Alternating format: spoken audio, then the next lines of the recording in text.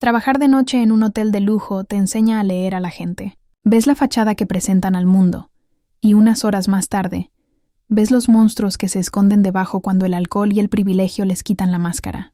Durante años, fui una espectadora silenciosa de infidelidades, mentiras y corazones rotos.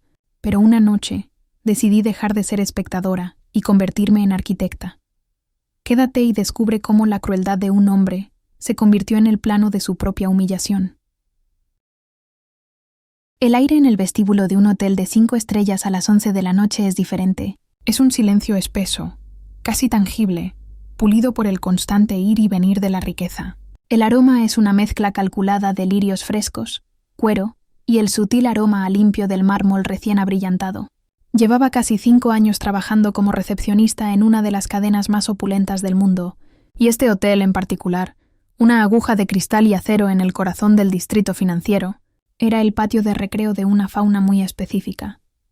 Los cachorros de lobo de Wall Street, los herederos de fortunas y los emprendedores tecnológicos que habían vendido una aplicación por una cifra con demasiados ceros. Mi turno, el que iba de las 3 de la tarde a la medianoche, era el asiento de primera fila para su teatro particular. Había desarrollado una especie de caparazón emocional. Había visto a senadores registrarse bajo nombres falsos, a estrellas de rock destrozar minibares y a novias llorando en sus vestidos de novia después de descubrir una infidelidad en la víspera de su boda. La miseria humana, cuando se envuelve en seda y se paga con una tarjeta de crédito sin límite, tiene un sabor especial. Te vuelves inmune. O eso es lo que te dices a ti misma para poder seguir sonriendo y diciendo, ¿en qué puedo ayudarle? Esa noche de martes prometía ser gloriosamente aburrida. La oleada principal del check-in había terminado, y el vestíbulo estaba sumido en esa calma serena que precede a la medianoche. Estaba yo sola en el mostrador, un largo y reluciente altar de mármol negro, terminando de conciliar los informes del día. El único sonido era el suave tecleo de mi ordenador y la música de jazz instrumental que flotaba desde el bar del hotel, un murmullo sofisticado que servía como banda sonora para las transacciones discretas y los secretos bien guardados. Fue entonces cuando las enormes puertas de cristal giratorias se movieron, escupiendo en mi oasis de tranquilidad a un grupo de unos 5 hombres jóvenes. Iban vestidos con esa estudiada informalidad que grita «dinero». Trajes a medida sin corbata, zapatos de cuero italiano sin calcetines, relojes que probablemente costaban más que mi coche. Se movían como una manada, con una energía ruidosa y expansiva que chocaba con la elegancia contenida del lugar. Olían a whisky de Malta y a ese tipo de confianza inquebrantable que solo puede provenir de no haber escuchado nunca la palabra no. Uno de ellos, evidentemente el macho alfa, se destacó del grupo. Tenía el pelo castaño, peinado hacia atrás con la cantidad justa de producto, y una mandíbula que parecía tallada en granito. Se apoyó en mi mostrador con una familiaridad que me erizó la piel, como si el hotel entero fuera una extensión de su sala de estar. «Hola, preciosa», dijo, arrastrando las palabras con un ligero acento de internado de la costa este. Sus amigos se rieron detrás de él, una cacofonía de risitas ahogadas. Activé mi modo de servicio al cliente, una máscara de neutralidad profesional que había perfeccionado con los años. «Buenas noches, señor. Bienvenido de nuevo. ¿En qué puedo ayudarle?» Se inclinó un poco más, invadiendo mi espacio personal. «Tengo un problemilla», dijo, y la forma en que pronunció la palabra me dijo que para él no era un problema en absoluto, sino el comienzo de una anécdota que contaría durante semanas.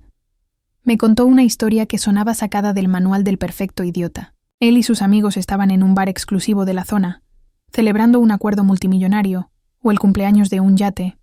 No me molesté en retener el detalle. Allí, según su versión, una mujer se había obsesionado con él. Una acosadora en toda regla, la describió. Aparentemente había estado coqueteando con él de forma implacable. Él, por supuesto, la había rechazado como un caballero, pero ella no captaba la indirecta. Cuando finalmente decidieron marcharse, se dio cuenta, ya en la seguridad de su Uber, de que le faltaba la tarjeta de acceso a su habitación. Su conclusión, presentada con el aire de un detective de pacotilla, era que la mujer despechada se la había robado, probablemente con la intención de colarse en su habitación más tarde. «Estoy un poco preocupado, ¿sabes?», dijo, aunque la sonrisa torcida que jugaba en sus labios desmentía por completo sus palabras. Sus amigos apenas podían contener la risa. Era evidente que estaban disfrutando de un espectáculo montado para su propio entretenimiento.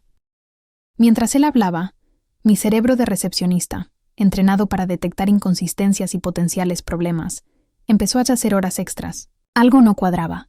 No era solo la historia en sí, que era ridículamente melodramática. Era su comportamiento. No había ni una pizca de genuina preocupación en sus ojos. Todo en él, desde su postura relajada hasta las miradas cómplices que intercambiaba con sus amigos, gritaba «actuación». Era como si estuvieran leyendo un guión de una mala película de fraternidades. «Así que», continuó, chasqueando los dedos frente a mi cara para reclamar mi atención, «necesito 2 cosas de ti, cariño. Primero, desactiva mis llaves. Segundo, si una mujer aparece por aquí preguntando por mí, no la dejes subir. ¿Entendido?». Antes de que pudiera pedírselo, me lanzó una descripción tan detallada que sonaba ensayada.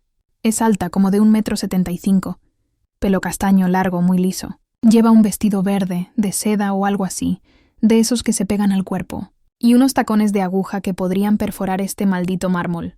Cada palabra estaba impregnada de un tono burlón, como si estuviera describiendo un animal exótico en un zoológico. Sus amigos soltaron un par de carcajadas más sonoras. Traté de darle el beneficio de la duda. El alcohol puede hacer que la gente actúe de forma extraña. Quizás la situación realmente le parecía divertida en su estado de ebriedad, pero mi instinto, ese nudo en el estómago que rara vez me fallaba, me decía que estaba siendo partícipe de algo cruel. Aún así, tenía que seguir el protocolo. «Por supuesto, señor. Para proceder, necesitaré ver su identificación para verificar que es el huésped registrado en la habitación».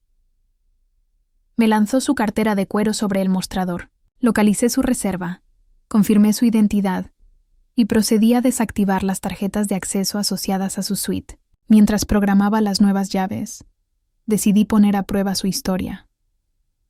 «Señor, entiendo su preocupación», dije, con mi voz más neutra.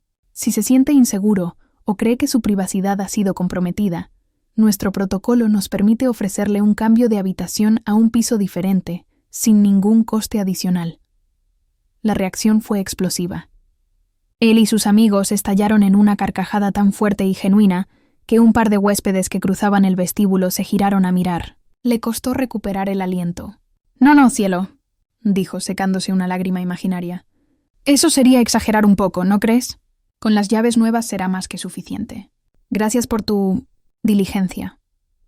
Tomó las nuevas tarjetas de mi mano, sus dedos rozando los míos deliberadamente, y se reunió con su manada. Se marcharon hacia los ascensores, todavía riéndose y dándose palmadas en la espalda, dejándome con una profunda sensación de inquietud y la desagradable sensación de haber sido utilizada como peón en su juego.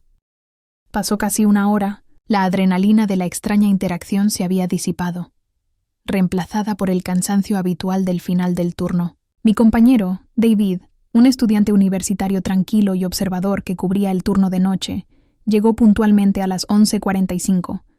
Estábamos en medio del traspaso de responsabilidades. Yo estaba en la pequeña oficina de la trastienda, contando el dinero de mi caja registradora y haciendo las anotaciones finales en el libro de incidencias. Estaba tan concentrada en terminar para irme a casa que me olvidé por completo de advertirle sobre el drama del huésped preocupado. Justo cuando salía de la oficina, con mi abrigo puesto y mi bolso al hombro, la vi.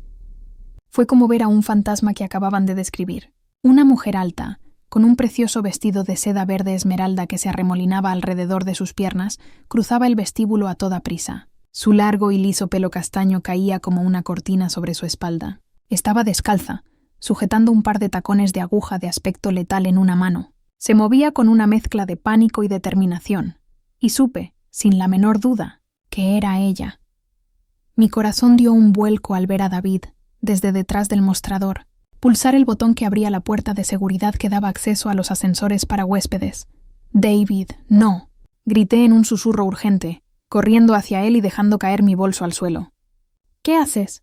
Él me miró, completamente desconcertado por mi reacción. «Tranquila, es una huésped». Intentó usar su llave y no funcionó. Le pedí el número de habitación y el apellido. Me los dio sin dudar. Y, «Mira», señaló la pantalla de su ordenador. Allí estaba la reserva del imbécil, todavía abierta, y debajo de su nombre, en la sección de huéspedes adicionales autorizados, figuraba el nombre de ella. Me quedé helada. La confusión me golpeó como una pared. ¿Cómo era posible? ¿Me había mentido sobre toda la historia? Para asegurarme, y con una creciente sensación de que estaba en medio de una obra de teatro muy retorcida, tomé el teléfono y marqué el número de su suite. Señor, dije, esforzándome por mantener mi voz firme y profesional, le habla la recepción. Solo para informarle que una mujer que coincide con la descripción que nos proporcionó ha llegado al hotel. Hemos verificado su identidad y la hemos dejado subir, ya que su nombre figura como huésped autorizado en su reserva.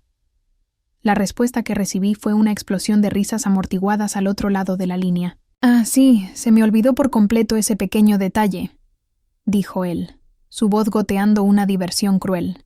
«No pasa nada. Escucha. Hazme un favor y quítala de la habitación ahora mismo. ¿Quieres?» El descaro me dejó sin aliento. «Señor, solo para aclarar y asegurarme de que entiendo la situación correctamente», insistí, mi paciencia evaporándose rápidamente. ¿Está confirmando que la mujer que describió como una acosadora en el bar es, de hecho, la misma persona con la que usted mismo hizo el check-in hace unas horas? Hubo una pausa, y luego lo escuché tapar el auricular y decirles a sus amigos, con una voz cargada de regodeo: «Oh, chicos, creo que confundí a la pobre chica de la recepción». Volvió al teléfono. «Sí, cariño. Has oído bien. Está vetada de la habitación. No te preocupes por los detalles. Tú solo haz tu trabajo y elimínala». «Entendido, señor. En ese caso, si desea que procedamos a retirarle la autorización, ¿quiere que contactemos a la policía para que la escolten fuera de la propiedad, como haríamos con cualquier persona no autorizada?» Mi pregunta era un anzuelo, una prueba. Su risa fue mi respuesta. «¡Guau! ¿Vas con todo?» No hace falta ponerse tan dramáticos. No te preocupes, ella es lista. Captará la indirecta muy pronto». Colgó. Me quedé mirando el teléfono, sintiendo una oleada de náuseas. Le dije a David: «No hagas nada. No toques esa reserva. Algo está terriblemente mal. Voy a quedarme». No tuvimos que esperar más de 10 minutos. Las puertas doradas del ascensor se abrieron y la mujer salió. La transformación era devastadora. La urgencia había sido reemplazada por una desesperación absoluta. Estaba llorando, no con lágrimas silenciosas, sino con sollozos profundos y desgarradores que sacudían todo su cuerpo. Se aferraba a su teléfono móvil como a un salvavidas. Se derrumbó en uno de los sillones de terciopelo del vestíbulo, completamente ajena a nosotros, y su voz rota llenó el silencio. A través de sus sollozos, escuchamos la historia real, contada en fragmentos a quienquiera que estuviera al otro lado de la línea, probablemente su madre. Era su novio desde hacía 2 años. La había invitado a un viaje de 1 semana para conocer a sus mejores amigos de la universidad. Esa era su primera noche. Habían ido a cenar a un restaurante carísimo, y luego a un bar. Ella había ido al baño, y al volver, lo encontró no solo coqueteando, sino prácticamente encima de otra mujer, mientras sus amigos lo grababan con sus teléfonos y se reían. Era una apuesta. Cuando ella lo confrontó, él se volvió contra ella como una serpiente. La llamó patética, una carga insegura, y la humilló delante de todos. Sus amigos se unieron, riéndose de sus lágrimas, y entonces él simplemente la abandonó. «No eres nada sin mi dinero», le espetó. Se fue en un Uber con su pandilla, dejándola varada, sin cartera, sin teléfono. Se había quedado en la mesa, y sin forma de volver. Había tenido que pedirle a un desconocido que le dejara usar su teléfono para buscar la dirección del hotel. Y había caminado más de 3 kilómetros. Sola, de noche, en una ciudad desconocida. Los tacones le habían destrozado los pies, por eso iba descalza. Y ahora, después de todo ese calvario, el monstruo de su novio la había encerrado fuera de la habitación, donde estaba todo lo que poseía en el mundo: su bolso, su equipaje, su dignidad. Sentí que el suelo se abría bajo mis pies. La rabia que sentí era tan intensa que me mareó. No era solo ira hacia él, era ira hacia mí misma. Yo había sido su herramienta, había desactivado las llaves. Había sido la primera barrera en su calculado acto de tortura psicológica. Mientras él y su corte de imbéciles se reían en una suite que costaba más que mi sueldo mensual, la mujer a la que habían destrozado estaba rota en mi vestíbulo. No podía quedarme allí. Mi manual de empleado, con sus reglas sobre la neutralidad y la no interferencia, se hizo cenizas en mi mente. Fui al pequeño frigorífico de autoservicio para huéspedes, cogí una botella de agua Fiji, la más cara que teníamos, y me acerqué a ella con la mayor delicadeza que pude. «Disculpa», le dije en voz baja. Ella levantó la vista. Sus ojos verdes anegados en lágrimas y rímel corrido eran los ojos más tristes que había visto en mi vida. «Mi nombre es Clara, soy la recepcionista. He escuchado sin querer parte de su conversación. Lo siento muchísimo por lo que está pasando. Por favor, tome un poco de agua. Queremos ayudarla». Le expliqué las opciones oficiales. Podíamos llamar a la policía. Ellos mediarían. La escoltarían a la habitación y se asegurarían de que recuperara sus pertenencias. O, si no podía soportar la idea de volver a ver su cara, podíamos ofrecerle otra habitación, en el extremo opuesto del hotel, con un descuento significativo por las molestias. Ella tomó la botella con manos temblorosas y bebió un largo sorbo. «Gracias», susurró. Y entonces dijo las palabras que lo cambiaron todo. «La reserva está a su nombre, sí, pero es mi tarjeta de crédito la que lo paga todo». Hizo una pausa y una risa amarga, sin alegría, se escapó de sus labios. Él no tiene trabajo. Sus padres finalmente se cansaron de sus estupideces y le cortaron el grifo hace meses. Lleva viviendo de mí desde entonces, prometiéndome que su gran idea está a punto de despegar. En ese preciso instante, una idea brillante, fría y absolutamente hermosa, floreció en mi mente. Era una venganza tan perfecta, tan poética, tan exquisitamente dentro de las reglas de mi propio trabajo, que casi me reí en voz alta. El universo me había entregado un regalo. Me incliné un poco más, bajando la voz a un susurro conspirador. «Escúcheme con atención», le dije. «Si es su tarjeta de crédito la que está registrada para pagar esta estancia, entonces para nosotros usted no es la huésped adicional. Usted es la clienta». Vi un destello de confusión en sus ojos, así que se lo expliqué. «Si puede verificar que la tarjeta es suya, con una identificación y los datos de la misma, yo puedo hacerla a usted la titular principal de la reserva. Y como titular, tiene el derecho absoluto de decidir quién más puede o no puede permanecer en su habitación. En otras palabras», hice una pausa para que el peso de mis palabras la golpeara, «usted puede echarlo a él». Sus ojos se abrieron de par en par. La incredulidad luchaba con una chispa de esperanza. Para darle el empujón final, decidí endulzar el trato. Y dadas las circunstancias excepcionales y la terrible experiencia que ha sufrido en nuestra propiedad, me tomaré la libertad de ofrecerle un ascenso a nuestra mejor suite, la suite presidencial. Tendrá acceso completo al spa, crédito para el servicio de habitaciones y, por supuesto, una botella de nuestro mejor champán y fresas cubiertas de chocolate, por cuenta de la casa. La duda todavía persistía en su rostro, la sombra de alguien que ha sido pisoteado hasta casi olvidar cómo ponerse de pie. Así que añadí la cláusula final. «Para poder hacer el cambio a la suite», le dije, mirándola directamente a los ojos, «tendríamos que desalojar la habitación actual de inmediato para que nuestro personal pueda trasladar su equipaje». Y entonces lo vi. Una lenta y magnífica sonrisa se extendió por su rostro. Fue como ver el sol salir después de una tormenta. Era la sonrisa de una reina reclamando su trono. Sin decir una palabra, sacó su teléfono, abrió la aplicación de su banco y me la mostró. Allí, en la pantalla, estaba todo lo que necesitaba. Su foto de perfil, clara como el día, su nombre completo, el número completo de su tarjeta de crédito y la retención de autorización del hotel, con nuestro nombre claramente visible. ¿Era una forma de identificación oficial según el manual de la empresa de 300 páginas? Técnicamente no. ¿Me importó en lo más mínimo en ese momento? Absolutamente no. Era la prueba más satisfactoria que había visto en mi vida. «David», dije, girándome hacia mi compañero, que había estado observando todo con una mezcla de horror y fascinación. «¿Serías tan amable de subir con un carrito de equipaje a la suite 1408? La señora se traslada a la suite presidencial. Asegúrate de recoger todas las pertenencias». Le di un guiño casi imperceptible. No quería que ella tuviera que volver a poner un pie en esa habitación. Mientras ella subía en un ascensor y David en otro, me puse a trabajar en mi teclado con la velocidad y la precisión de un cirujano. Actualicé la reserva. Ascendí su estatus a VIP. La moví a la suite del ático. Eliminé el nombre del idiota de la faz de nuestro sistema y le programé un nuevo juego de llaves de platino. No pasaron ni 5 minutos.